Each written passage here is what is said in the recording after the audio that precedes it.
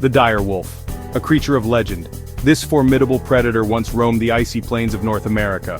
For millennia, the dire wolf has been relegated to the realm of fossils and fantasy. But what if I told you that this magnificent beast is back? Scientists have pulled off a feat straight out of a science fiction novel. This isn't just a story, it's a scientific revolution. Scientists have achieved the unthinkable, bringing back the extinct dire wolf. The return of the dire wolf is not merely the revival of a single species, it's a beacon of hope for a planet grappling with an unprecedented biodiversity crisis.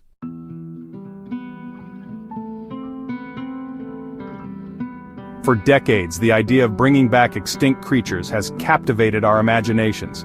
From the pages of Jurassic Park to the big screen, the concept has sparked both wonder and trepidation. Yet it always seemed firmly rooted in the realm of fiction. Today, that line between fiction and reality has blurred. The dire wolf, a creature once lost to time, is now poised to reclaim its place in the world. This isn't science fiction, it's science fact. Join us as we delve into the fascinating world of de-extinction, exploring the science behind this groundbreaking breakthrough and the potential impact it could have on the future of our planet.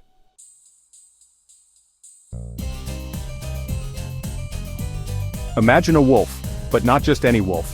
Picture a creature larger than any wolf you've ever seen, with a massive head, powerful jaws, and a thick, shaggy coat. This was the dire wolf, Canis dirus, a formidable hunter that once stalked the Pleistocene landscapes of North America. Larger than its modern gray wolf cousin, the dire wolf was a true giant of its time. Its imposing size and powerful build were designed for bringing down large prey.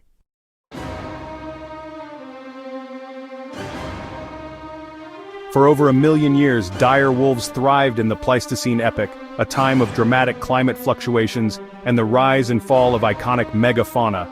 They roamed a vast territory, from the frigid plains of Canada to the sun-drenched valleys of Mexico.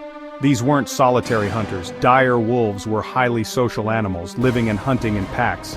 Their success in this challenging environment was due in part to their adaptability.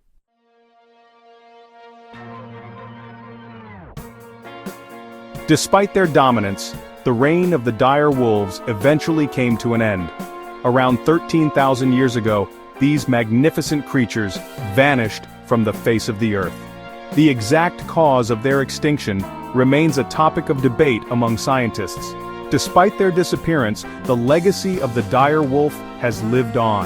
Their bones, preserved in ancient tar pits and caves, have provided invaluable insights into their anatomy, behavior, and the world they inhabited.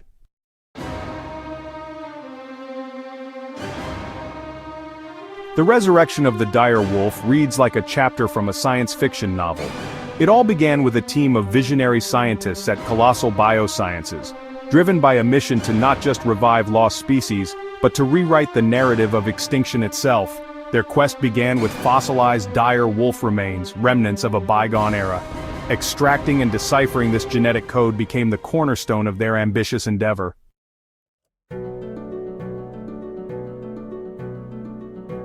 The team at Colossal Biosciences embarked on a journey into the heart of the dire wolf's genetic code. Their goal was to reconstruct the extinct animal's genome, the complete set of its DNA. Using sophisticated computer algorithms and DNA sequencing technologies, the scientists painstakingly pieced together the fragments of ancient DNA extracted from the fossils. They compared these fragments to the genomes of modern-day canids to identify the genes that made the dire wolf unique.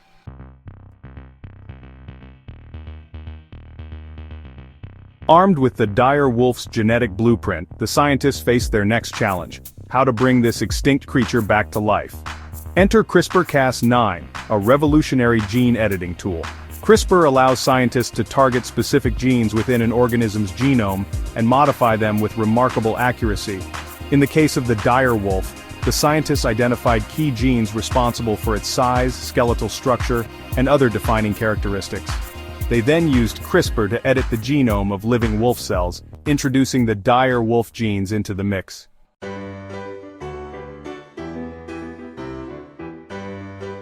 With the genetically modified wolf cells in hand, the final stage of this remarkable journey could begin. The scientists implanted these cells into surrogate mothers, female wolves who would carry and give birth to the first dire wolf pups in over 13,000 years. Finally, the day arrived, the birth of 3 healthy dire wolf pups named Romulus, Remus, and Khaleesi. These weren't just any pups, they were the embodiment of years of research and innovation. The world watched in awe as images of these fluffy ambassadors from the past graced screens worldwide.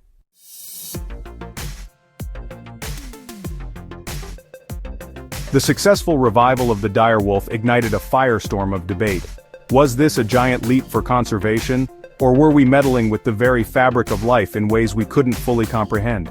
Advocates for de-extinction championed the possibilities, imagining a world where the clock could be turned back on extinction. Reintroducing species like the dire wolf could revitalize ecosystems, bringing back keystone predators that regulate prey populations and promote biodiversity. However, critics cautioned against unfettered enthusiasm, urging a more measured approach.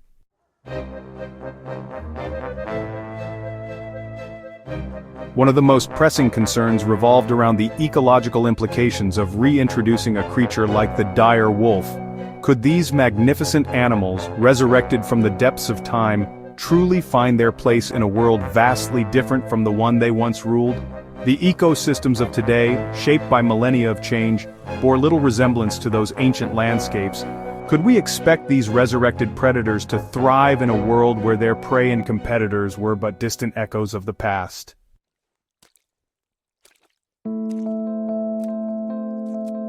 The birth of Romulus, Remus, and Khaleesi brought the ethical considerations surrounding de-extinction into sharp focus. These weren't just scientific marvels, they were living, breathing creatures. For the foreseeable future, these resurrected dire wolves would likely live in controlled environments, carefully managed habitats designed to ensure their safety and well-being. While such measures were necessary, they also raised questions about the ethics of captivity.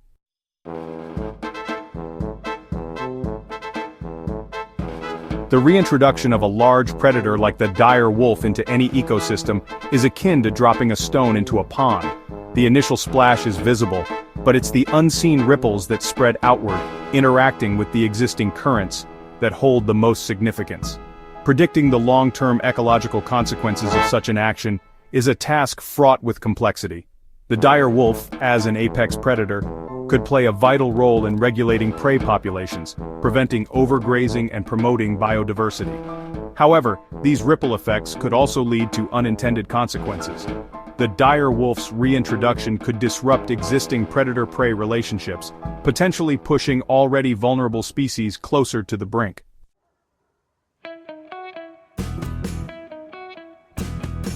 The relationship between a predator and its ecosystem is a delicate dance, a complex interplay of ecological forces that has evolved over millennia. The dire wolf, with its imposing size and predatory prowess, would undoubtedly become a formidable force in any ecosystem it inhabits, but whether its presence would lead to harmony or discord remains an open question. Imagine a vast, rewilded landscape, a tapestry of forests, grasslands, and wetlands teeming with life. Herds of elk and deer graze peacefully, their numbers kept in check by packs of gray wolves, their smaller cousins. The introduction of the dire wolf into this delicate balance could have a profound impact on the dynamics of this ecosystem. On the one hand, the dire wolf's presence could lead to a healthier, more balanced ecosystem. Its larger size and pack hunting strategies could prove more effective in controlling populations of large herbivores, preventing overgrazing and allowing plant communities to thrive. This, in turn, could benefit a wide range of species, from insects to birds to small mammals.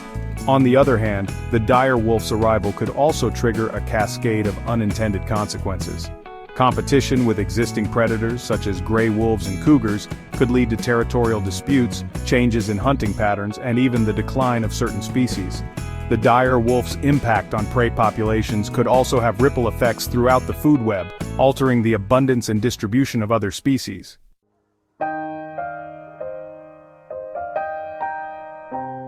As we grapple with the ecological complexities of reintroducing the dire wolf, it's crucial to acknowledge the ever-present human factor.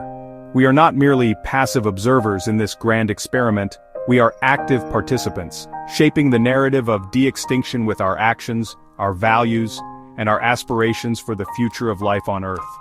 The very act of bringing back an extinct species like the dire wolf is a testament to human ingenuity, our ability to manipulate the building blocks of life itself.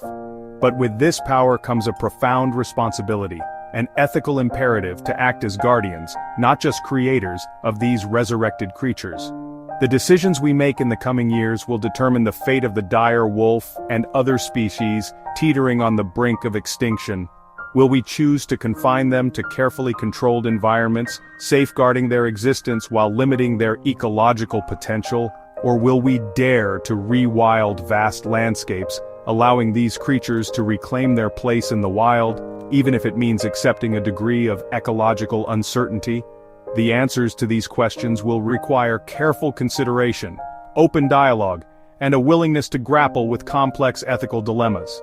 We must strive to balance the thrill of scientific discovery with the humility to acknowledge the limits of our understanding.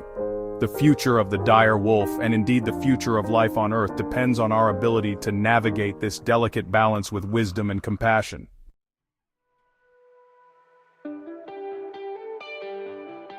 The resurrection of the dire wolf stands as a potent symbol of both human ingenuity and our evolving relationship with the natural world.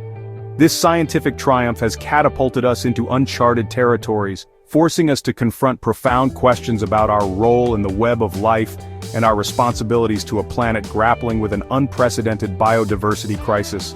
The de-extinction movement, once relegated to the fringes of science fiction, has now taken its place on the center stage of conservation.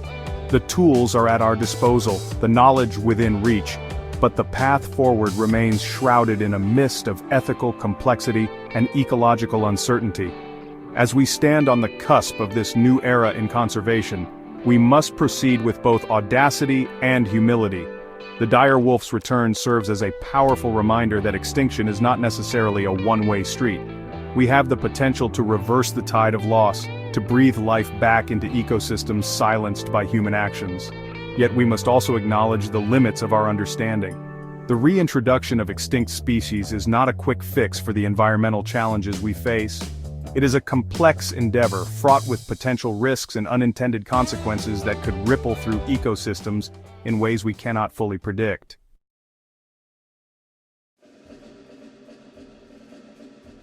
The dire wolf story is a testament to the boundless possibilities of scientific exploration, a beacon of hope, illuminating the uncharted territories of life itself.